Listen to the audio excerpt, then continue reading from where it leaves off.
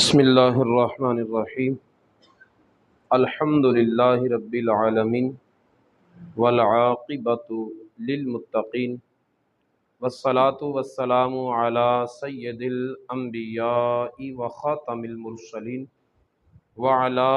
آلہ واصحابہ اجمعین، اما بعد۔ الحمدللہ مرکزی جامع مسجد مدینہ و مدرسہ مدینۃ العلوم میں ہر روز نماز عصر کے بعد درس بخاری شریف دیا جاتا ہے، لیکن آج سے چند دن آگے تک یوم نحر تک اسی وقت میں قربانی سے کے مسائل کے متعلق گفتگو کی جائے گی، کیونکہ وقت ہے اور حالات کا تقاضا ہے اور ضرورت ہے۔ آج قربانی سے متعلقہ احادیث مبارکہ ابو داؤد، ترمذی اور ابن ماجہ میں حضرت عائشہ صدیقہ رضی اللہ تعالی عنہا سے مروی ہے کہ رسول اللہ صلی اللہ علیہ وسلم نے ارشاد فرمایا، یوم نحر یعنی 10 ذی الحج کے دن ابن آدم کا کوئی عمل اللہ تعالیٰ کے نزدیک خون بہانے سے یعنی قربانی کرنے سے زیادہ پیارا نہیں ہوتا، اور وہ جانور جس کو ذبح کیا جاتا ہے قیامت کے دن اپنے سینگ، اپنے بال اور اپنے کھروں کے ساتھ آئے گا، اللہ کی بارگاہ میں پیش ہوگا۔ مطلب یہ ہے کہ اس جانور کے سینگ بھی نامہ اعمال میں رکھ کر تولے جائیں گے، اس جانور کے بال اور کھر بھی نامہ اعمال میں رکھے جائیں گے، اور ان کا بھی وزن ہوگا، نیکیوں کے پلڑے میں شامل ہوگا۔ قربانی کا خون زمین پر گرنے سے پہلے اللہ تعالیٰ کی بارگاہ میں مقام قبولیت حاصل کر جاتا ہے، لہٰذا قربانی خوش دلی سے کیا کرو۔ طبرانی میں حضرت امام حسن بن علی رضی اللہ تعالی عنہما سے روایت ہے، رسول اللہ صلی اللہ علیہ وسلم نے فرمایا، جس شخص نے خوش دلی کے ساتھ ثواب کا طالب ہو کر قربانی کی تو وہ قربانی اس بندے کے اور دوزخ کے درمیان ایک بہت بڑی رکاوٹ بن جائے گی۔ وہ قربانی جو ہے وہ قربانی کرنے والے کو دوزخ میں جانے نہیں دے گی۔ طبرانی میں حضرت عبداللہ بن عباس رضی اللہ تعالی عنہما سے روایت ہے، رسول اللہ صلی اللہ علیہ وسلم نے فرمایا، جو روپیہ عید کے دن قربانی میں خرچ کیا گیا اس سے زیادہ اور کوئی روپیہ اللہ کو پیارا نہیں ہوتا۔ حضرت ابو ہریرہ رضی اللہ تعالی عنہ سے ابن ماجہ میں روایت ہے، رسول اللہ صلی اللہ علیہ وسلم نے ارشاد فرمایا، جس شخص میں وسعت ہو پھر بھی وہ قربانی نہ کرے تو وہ بندہ ہماری عیدگاہ میں نہ آئے۔ نبی پاک صلی اللہ علیہ وسلم نے ایسے بندے سے اظہار ناراضگی فرمایا اور فرمایا کہ وہ ہماری عیدگاہ میں نہ آئے، جس کو اللہ نے گنجائش دی پھر بھی وہ قربانی نہ کرے۔ ابن ماجہ میں حضرت زید بن ارقم رضی اللہ تعالی عنہ سے روایت ہے، صحابہ کرام نے عرض کی، یا رسول اللہ صلی اللہ تعالی علیہ وآلہ وسلم، یہ قربانیاں کیا ہیں؟ ارشاد فرمایا، تمہارے باپ ابراہیم علیہ السلام کی سنت۔ لوگوں نے عرض کیا، یا رسول اللہ ہمارے لیے اس میں کیا ہے؟ فرمایا، ہر بال کے بدلے میں نیکی۔ قربانی کے جانور کے جسم پر جتنے بال اتنی نیکیاں قربانی کرنے والے کو دی جاتی ہیں۔ عرض کی، یا رسول اللہ جس جانور کے جسم پر بال نہیں، اون ہو؟ فرمایا، اون کے بھی ہر بال کے بدلے میں نیکی ہے۔ اب اون کو دیکھا جائے تو وہ بالوں سے ایک مختلف چیز نظر آتی ہے، لیکن نبی پاک صلی اللہ علیہ وسلم نے فرمایا کہ یہ بھی بال ہی ہوتے ہیں، اور آج کی تحقیق جو ہے وہ بھی یہی بتاتی ہے کہ اون بھی بال ہی ہوتے ہیں، لیکن یہ بہت نرم نرم اور زیادہ بریک بریک ہوتے ہیں، اس لیے آپس میں اکٹھے ہو کر ایک اور شکل اختیار کر لیتے ہیں۔ اس سے یہ پتہ چلتا ہے کہ نبی پاک صلی اللہ علیہ وسلم کی نگاہ لیبارٹری کے بغیر ہی وہ فیصلے کر گئی، جو سائنس لیبارٹری کے اندر جا کر 14 صدیاں بعد فیصلوں پر پہنچی تو رسول اللہ صلی اللہ علیہ وسلم کی نگاہ معجزہ، اعجاز، نگاہ کا اعجاز ہے نبی پاک صلی اللہ علیہ وسلم کا کہ صدیوں پہلے آپ نے وہی حقیقتیں بیان کی ہیں جو صدیوں بعد انسان جن حقیقتوں تک پہنچا ہے۔ صحیح بخاری میں حضرت برہ رضی اللہ تعالی عنہ سے روایت ہے، نبی پاک صلی اللہ علیہ وسلم نے فرمایا عید الاضحیٰ کے دن کہ آج کے دن سب سے پہلے جو ہم کام کریں گے وہ یہ کہ نماز پڑھیں گے، اور نماز عید پڑھنے کے بعد ہم قربانی کریں گے۔ جس نے ایسا ہی کیا کہ نماز عید پڑھی اور نماز عید پڑھنے کے بعد قربانی کی، اس نے ہماری سنت کو پا لیا۔ اور جس بندے نے ایسا نہیں کیا، نماز عید نہیں پڑھی اور پہلے ہی جانور ذبح کر لیا، تو یہ اس نے قربانی نہیں کی، یہ اس نے اپنے گھر والوں کے لیے گوشت کا انتظام کیا ہے، جو پہلے ہی اس کے ذہن میں پلاننگ تھی کہ میں نے اپنے بچوں کو گوشت کھلانا ہے۔ نبی پاک صلی اللہ علیہ وسلم نے جب یہ فرمایا تو آپ کے ایک صحابی حضرت ابو بردہ رضی اللہ تعالیٰ عنہ یہ نماز عید پڑھنے کے لیے آئے تھے قربانی کر کے۔ اس کی وجہ یہ تھی کہ آپ کے محلے میں، آپ کے پڑوس میں غریب لوگ تھے، تو آپ نے جلدی جلدی قربانی کی تاکہ ان غریبوں کے گھروں میں جلدی جلدی گوشت پہنچ جائے۔ ادھر آگے جب رسول اللہ صلی اللہ علیہ وسلم کا یہ فرمان سنا تو عرض کرنے لگے، یا رسول اللہ میں تو قربانی کر آیا ہوں اور وہ قربانی نہیں ہوئی، اب میرے پاس بکری کا ایک 6 ماہ بچہ ہے اور کوئی نہیں۔ نبی پاک صلی اللہ علیہ وسلم نے فرمایا کہ اسی کو قربانی کر لو، تمہاری طرف سے آج یہ 6 ماہ بکری کا بچہ جائز ہے، لیکن تیرے علاوہ کسی اور کے لیے جائز نہیں ہے۔ جب جائز نہیں ہے تو کسی کے لیے بھی جائز نہیں ہے۔ پھر ابو بردہ کا استثناء کیسے ہوا؟ تو ابو بردہ کا استثناء کر کے نبی پاک صلی اللہ علیہ وسلم نے بتایا کہ شریعت کے قوانین کے اندر بھی اللہ تعالیٰ نے مجھے اختیار عطا فرمایا، جس کے لیے چاہوں 6 ماہ بکری کا بچہ بھی جائز کر دوں، اور جس کے لیے چاہوں سونے کے کنگن حلال کر دوں۔ سراقہ بن مالک کے لیے نبی پاک صلی اللہ علیہ وسلم نے سونے کے کنگن جائز قرار دیے، جبکہ کسی مرد کے لیے بھی سونے کی انگوٹھی بھی جائز نہیں۔ ایک ماشا تولا، ایک تولا ہو، ماشا ہو سونا، کسی مرد کے لیے جائز نہیں، لیکن سراقہ بن مالک کے لیے سونے کے کنگن جائز ہیں۔ حضرت حذیفہ رضی اللہ تعالیٰ عنہ کی ایک کی گواہی نبی پاک صلی اللہ علیہ وسلم نے 2 مردوں کی گواہی کے برابر کر دی۔ ہر بندے کو اجازت ہے کہ وہ 4 شادیاں کر سکتا ہے، لیکن حضرت علی المرتضیٰ رضی اللہ تعالیٰ عنہ کے لیے دوسری بھی جائز نہیں، جب تک سیدہ فاطمہ الزہرا رضی اللہ تعالیٰ عنہ حضرت علی کے گھر میں ہے۔ تو نبی پاک صلی اللہ علیہ وسلم کو اللہ تعالیٰ نے جب اپنے قانون کے اندر اختیار دیا ہے تو تمہارے قانون میں تو بدرجہ اولا کا اختیار دیا ہے۔ جس نبی کو اللہ نے دین کے بارے میں مالک اور مختار بنایا ہے، اس نبی کو دنیا کے بارے میں کیسے اختیار نہیں دیا ہوگا؟ تو یقیناً اللہ رب العزت نے اپنے محبوب صلی اللہ علیہ وسلم کو مالک و مختار نبی بنا کر بھیجا ہے۔ تو فرمایا قانون یہ ہے کہ کسی بھی شخص کے لیے 1 سال سے کم بکری کا بچہ قربانی کیا جائے جائز نہیں۔ لیکن ابو بردہ نے عرض کیا، یا رسول اللہ میرے پاس تو ہے ہی 6 ماہ بکری کا بچہ۔ فرمایا تو کر لے، میں تجھے اجازت دیتا ہوں، تیرے علاوہ اور کسی کے لیے جائز نہیں ہے۔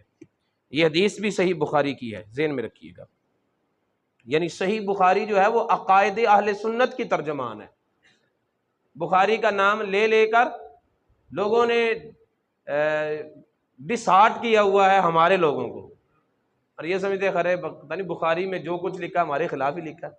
بھی ہم نے جو عقائد اختیار کیے ہیں ہمارے بڑوں نے قرآن اور حدیث سے ہی لیے ہیں، ہم نے ایک بھی عقیدہ اپنے گھر سے نہیں بنایا۔ گھر سے بنائے ہوئے ان لوگوں کے عقیدے ہیں جو کوئی قرآن سے ٹکرا رہا ہے، کوئی حدیث سے ٹکرا رہا ہے۔ الحمدللہ اہل سنت و جماعت کا کوئی بھی عقیدہ نہ قرآن سے ٹکراتا ہے نہ حدیث سے ٹکراتا ہے، بلکہ قرآن و حدیث سے ہم نے اپنے عقائد لیے ہیں۔ امام احمد نے حضرت برہ رضی اللہ تعالیٰ عنہ سے روایت کیا کہ رسول اللہ صلی اللہ علیہ وسلم نے فرمایا، آج کے دن جو کام ہم سب سے پہلے کریں گے وہ نماز عید ہے، اس کے بعد قربانی کریں گے، اور جس نے ایسا کیا اس نے ہماری سنت کو پا لیا، جس نے ذبح پہلے کر ڈالا تو وہ اس نے گوشت کا انتظام کیا اپنے گھر والوں کے لیے، قربانی کے ساتھ اس کو کوئی تعلق نہیں ہے۔ امام مسلم نے حضرت عائشہ صدیقہ رضی اللہ تعالیٰ عنہ سے روایت کی، رسول اللہ صلی اللہ علیہ وسلم نے فرمایا کہ سینگ والا مینڈا لایا جائے جو سیاہی میں چلتا ہو، سیاہی میں بیٹھتا ہو، سیاہی میں دیکھتا ہو، مطلب یہ ہے کہ اس کی آنکھوں کے ارد گرد کا رنگ بھی کالا ہو، اس کے پیر بھی کالے ہوں، اس کا پیٹ بھی کالا ہو، کیونکہ بیٹھتے ہوئے یہی چیزیں زمین پر لگتی ہیں، مطلب یہ ہے کہ کالے رنگ والا سینگوں والا بکرا۔ تو ظاہر ہے کہ یہ خوبصورت بکرا ہوتا ہے، اور جو خوبصورت جانور ہو وہ قیمتی بھی ہوتا ہے، تو وہ نبی پاک صلی اللہ علیہ وسلم کی بارگاہ میں پیش کیا گیا۔ پھر نبی پاک صلی اللہ علیہ وسلم نے سیدہ عائشہ صدیقہ رضی اللہ تعالیٰ عنہ سے فرمایا چھری لاؤ، انہوں نے چھری پیش کی، فرمایا اسے پتھر پر رگڑ کر تیز کر لو تاکہ جانور کو تکلیف نہ ہو۔ یہ بھی رہنمائیاں ہیں قربانی کرنے کے لیے، یہ بھی سکھایا جا رہا ہے، تعلیم دی جا رہی ہے، چھری کو پتھر پہ رگڑو، تیز کر لو۔ پھر حضور صلی اللہ علیہ وسلم نے چھری لی، مینڈے کو لٹایا اور اسے اپنے ہاتھوں سے ذبح کیا اور اس ساتھ دعا کی، بسم اللہ اللہم تقبل من محمد و آل محمد و من امت محمد صلی اللہ علیہ وسلم، اللہ کے نام سے شروع، اے اللہ اس کو قبول کر محمد صلی اللہ علیہ وسلم کی طرف سے، محمد صلی اللہ علیہ وسلم کی آل کی طرف سے، محمد صلی اللہ علیہ وسلم کی امت کی طرف سے۔ تو یہ ہے میرے نبی پاک صلی اللہ علیہ وسلم کی اپنی امت کے ساتھ محبت، کہ عید کے دن قربانی کے وقت اللہ کی عبادت میں بھی اپنی امت کو بھلایا نہیں ہے۔ تو جس امتی کے لیے اللہ نے وسعت اور گنجائش رکھی ہو اسے بھی چاہیے کہ پھر وہ بھی آج عید کے دن اپنے آقا کو بھلائے نہ۔ اگر وہ ساری زندگی امت کی طرف سے قربانیاں کرتے رہیں تو پھر امت کو بھی چاہیے کہ اپنی ان قربانیوں میں اپنے رسول صلی اللہ علیہ وسلم کی یادوں کو شامل رکھیں۔ جیسے رسول اللہ صلی اللہ علیہ وسلم یہ اللہ کی بارگاہ میں دعا کرتے رہے کہ یا اللہ محمد اور آل محمد اور امت محمد صلی اللہ علیہ وسلم کی طرف سے قبول فرما، جس کو گنجائش ہو وہ رسول اللہ صلی اللہ علیہ وسلم کی طرف سے علیحدہ قربانی دے، اور جس کے پاس گنجائش نہیں تو وہ اپنی قربانی میں یہ دعا تو کر سکتا نا، یا اللہ میری طرف سے اور میرے نبی کی طرف سے قبول فرما۔ یہ وہی دعا ہے نا جو رسول اللہ صلی اللہ علیہ وسلم نے کی۔ اور پھر اس سے یہ پتہ چلا کہ اپنی قربانی اپنے ہاتھ سے کرنا سنت ہے، اپنی قربانی اپنے ہاتھ سے کرنا سنت ہے۔ امام احمد، ابو داؤد، ابن ماجہ، دارمی، ان ساری احادیث کی کتب میں حضرت جابر بن عبداللہ رضی اللہ تعالیٰ سے روایت ہے، نبی پاک صلی اللہ علیہ وسلم نے قربانی کے دن 2 مینڈھے سینگ والے چت کبرے خصی کیے ہوئے ذبح کیے۔ جب ان کا منہ قبلہ کو کیا تو پھر رسول اللہ صلی اللہ علیہ وسلم نے یہ دعا پڑھی، انی وجہت وجہی للذی فطر السماوات والارض علی ملت ابراہیم حنیفا وما انا من المشرکین ان صلاتی و نسکی و محیای و مماتی للہ رب العالمین لا شریک لہ وبذالک امرت وانا من المسلمین اللہم منک و لک ان محمد و امتہ بسم اللہ اللہ اکبر۔ تو رسول اللہ صلی اللہ علیہ وسلم نے اپنے آپ کو اپنی قربانی کرتے ہوئے ساتھ امت کو شامل رکھا۔ پھر آپ نے یہ پڑھ کر ذبح کیا، اور ایک روایت میں رسول اللہ صلی اللہ علیہ وسلم نے یہ فرمایا کہ الہی یہ میری طرف سے ہے اور میری امت میں اس کی طرف سے جس نے قربانی نہیں کی، یعنی جس کو تو نے وسعت دی وہ اپنے مال سے قربانی کرے گا، اور جس کے پاس وسعت نہیں ہے اسے میں اپنی رحمت کے دامن میں لیتا ہوں۔ یعنی غریبوں کے لیے اس سے بڑھ کر اور کیا دل جوئی ہو سکتی ہے۔ اور رسول اللہ صلی اللہ علیہ وسلم نے فرمایا کہ قیامت والے دن میں نے جنت میں جانا ہے تو میرے ارد گرد غریب ہی ہوں گے،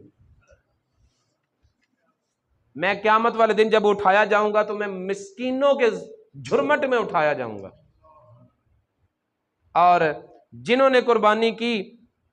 ان کی اللہ تعالیٰ قبول فرمائے، اور جو قربانی نہیں کر سکے رسول اللہ صلی اللہ علیہ وسلم نے فرمایا کہ یہ میری امت میں اس کی طرف سے ہے جس نے قربانی نہیں کی۔ تو اب اس کا مطلب یہ نہیں کہ نہ کرنے کا درجہ ہے، جب اللہ نے وسعت دی ہو تو پھر کرنے کا ہی درجہ ہے، بلکہ اتنا ضروری ہے کہ رسول اللہ نے فرمایا جس کو اللہ نے وسعت دی ہو پھر قربانی نہ کرے وہ ہماری عیدگاہ میں ہی نہ آئے۔ امام بخاری اور امام مسلم نے حضرت انس رضی اللہ تعالیٰ عنہ سے روایت کی، رسول اللہ صلی اللہ علیہ وسلم نے 2 مینڈے چت قبرے سینگ والوں کی قربانی کی، انہیں اپنے دست مبارک سے ذبح کیا، بسم اللہ اللہ اکبر کہتے ہوئے آپ نے ذبح کیا۔ پھر میں نے حضور صلی اللہ علیہ وسلم کو دیکھا، حضرت انس فرماتے ہیں کہ اپنا پاؤں ان کے پہلوؤں پر رکھا ہوا تھا اور آپ فرما رہے تھے بسم اللہ واللہ اکبر۔ اور اس سے پہلے جو روایت گزری ہے تو اس میں خصی بکرے کا بھی ذکر ہے،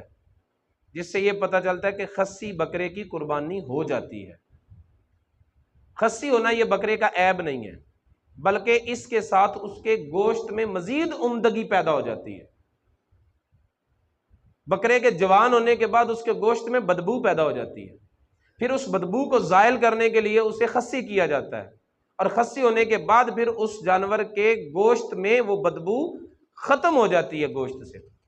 تو یہ عیب نہیں ہے جانور کا۔ ترمذی میں حدیث مبارکہ ہے، راوی کہتے ہیں کہ میں نے حضرت علی رضی اللہ تعالیٰ عنہ کو دیکھا کہ آپ 2 مینڈے قربانی کرتے تھے۔ میں نے کہا یہ کیا؟ ہر بندے کی طرف سے 1 قربانی، آپ کی طرف سے 2؟ فرمایا کہ مجھے رسول اللہ صلی اللہ علیہ وسلم نے وصیت فرمائی ہے میں حضور کی طرف سے قربانی کروں، اور میں یہ حضور کی طرف سے قربانی کرتا ہوں۔ نبی پاک صلی اللہ علیہ وسلم کی طرف سے قربانی کرنا، ایک تو رسول اللہ کی محبت کا اظہار ہے، دوسرا حضرت علی کا طریقہ ہے۔ تو حضرت علی سے محبت کرنے والوں کو تو چاہیے نا کہ وہ اس انداز کو اپنائیں، اور رسول اللہ صلی اللہ علیہ وسلم کی اپنی محبت کا تقاضا بھی یہی ہے کہ ہم ان کو جو نہ بھولا ہم غریبوں کو حسن، یاد اس کی اپنی عادت کیجئے۔ قربانی سے متعلقہ مزید کچھ احادیث انشاءاللہ العزیز اگلے درس میں بیان کریں گے۔ اللہ رب العزت کی بارگاہ میں دعا ہے کہ وہ ہمیں نبی پاک صلی اللہ علیہ وسلم کی تعلیمات کو سیکھنے اور ان پر عمل پیرا ہونے کی توفیق عطا فرمائے۔